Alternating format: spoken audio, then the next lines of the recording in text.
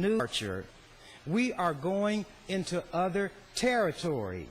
And usually, when a bill like this is brought, dealing with an issue that has been an issue, there is a specific situation that somebody has in mind. Anybody who went to law school has heard the expression, hard cases make bad law. You are looking with tunnel vision at this one incident, and rather than deal with it, you're going to change all of the law that affects everything and everybody else, and you still may not get at the one you want to get at. If a person is on the county board and also a member of an NRD and engages in some kind of activity which is felt to be inappropriate, hold that person up to the public's scrutiny and deal with that situation and let it be dealt with by the people who are involved. You know why? I'm not going to be able to run for the legislature again if the Nebraska Supreme Court does not throw out its course. Even I probably, notice I say probably, won't live forever.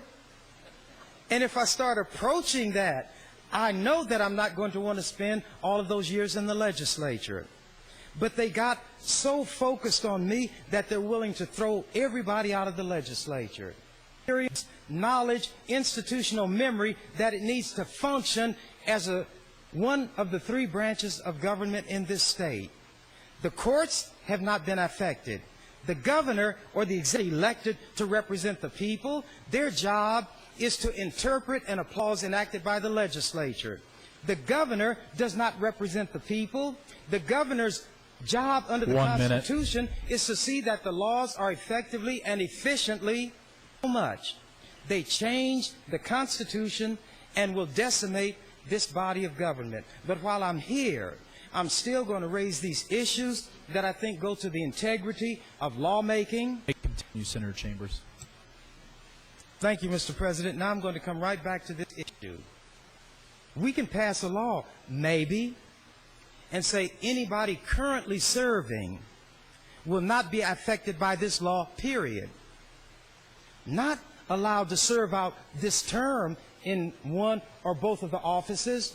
But Senator White, if what you're saying is true, and we follow that as a principle, they are serving, want them there.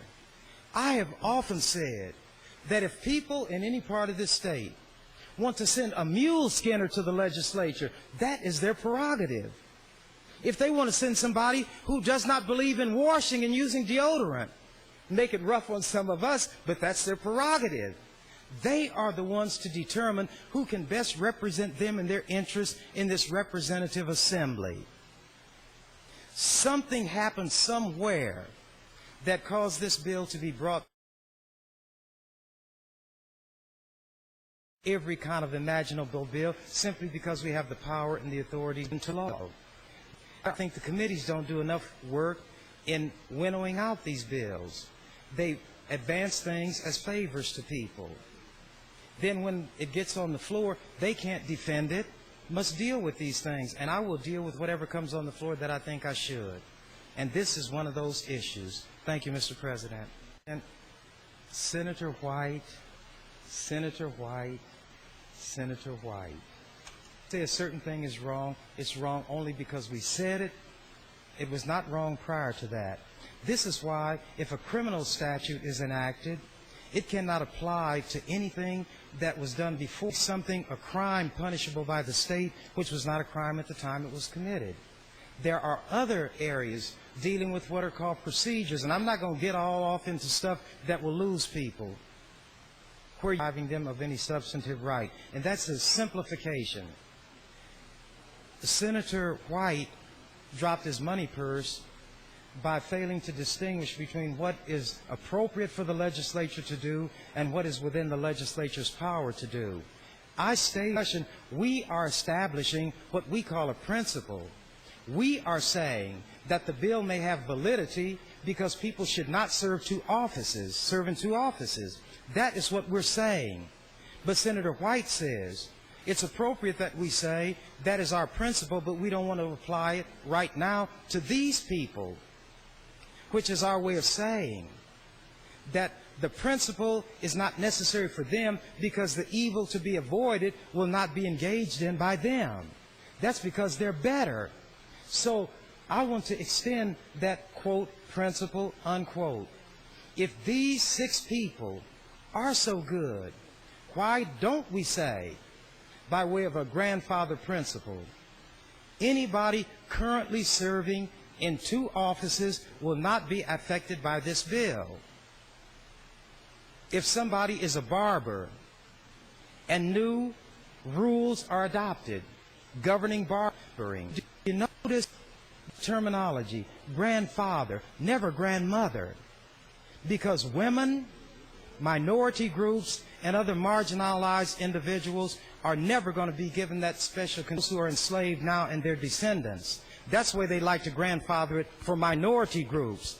But when it comes to white people, because a lot of them did not know how to read, could not pass literacy or any other kind of test when it came to voting, were as ignorant as a post when there were black people with degrees and could not vote, whatever the year was, that would make sure all the white people's forebears were allowed to vote. That means this dumb, ignorant white man can vote even though he does not meet the requirements that I'm required to meet. See, I've got to be able to say how many bubbles there are in a bar of soap, but not the white man. The registrar doesn't need to know. Where anything redounds to the benefit of women, minority groups, or the marginalized adoption of that amendment. I think that decision should be undone. But whether you adopt my amendment or not, I'm going to be able to discuss involved. May not be deemed by some people to be that significant. But we know that NRDs do a lot of things that are very significant. Time, Senator Chambers. Thank you, Mr. President. I will ask for a call. Senator Chambers. Thank you, Mr. President. Members of the legislature, I would like to get a clarification from Senator Lathrop, if I may. Senator Lathrop, would you yield? Certainly. Senator Lathrop, was it your suggestion that we not repeal these provisions because they were adopted by way of initiative petition? Not necessarily. I wanted to find out what the practice had been in the body, what the other considerations were, because it was an initiative and we hadn't talked about that fact. We were essentially approaching it like we were repealing something that had been passed by this body, and now on further consideration we didn't care for. Thank you for your clarification on your position. Members of the legislature, the public has been referred to when they utilize the initiative or the referendum as the second house of the legislature. And no enabling legislation is needed by us to allow the public to act pursuant to the Constitution that allows them to initiate a law. And the initiative is when they want to put something into the statute and make it a law. The referendum comes into play when we have enacted a law already. The public doesn't like it, so they want it referred to the public by way of their petition to see if the public is going to uphold it or nullify it.